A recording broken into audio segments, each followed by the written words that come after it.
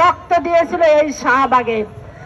ওনাকে আমরা পছন্দ করে সকলে ভালোবেসে বাংলাদেশের দায় দায়িত্বের ভার দিয়েছি। আমরা কি বাংলাদেশের নাগরিক? আমরা কি রোহিঙ্গা? আমরা কি খাজনা দেই, ট্যাক্স দেই? 50,000 শিক্ষক 500 টাকা করা হলে প্রতি বছর কত টাকা ট্যাক্স দেয় হিসাব করেন। তাহলে রাজস্ব খাতে স্বতন্ত্র ইবতেদায়ী মাদ্রাসার শিক্ষকের সেই বরাদ্দটা জিরোর খাতায় কেন হয় বারবার? সেই 66 6 দফা, 69 গণ অভ্যুত্থান, 52 ভাষা আন্দোলন, 71 স্বাধীনতা, 36 জুলাইয়ের সেই বৈষম্য বিরোধী আন্দোলন, সেই রক্ত কি আপনারা বৃথা যেতে চান? আমি আমার সন্তানের রক্ত বৃথা যেতে দেব না, না, না। যে বৈষম্য দূরকরণের জন্য আমার দেশের মেধাবী সন্তানদেরকে জীবন দিতে হয়েছে।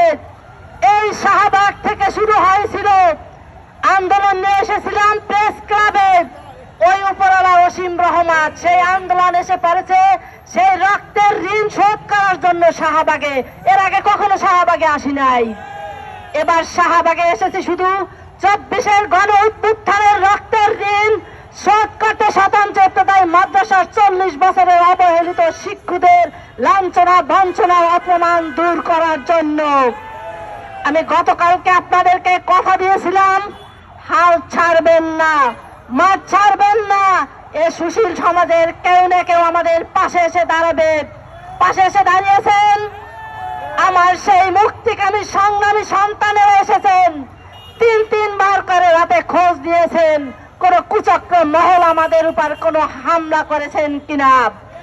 কারণ আমার সন্তানদের কাছে সারা দেশে পৌঁছে গেছে মেসেজ, মা বোনদের উপর পুলিশের লাঠিচার্জ, পুলিশের পানি ধস্তাধস্তি পৌঁছে গেছে, আর বেশি দেরি নয়।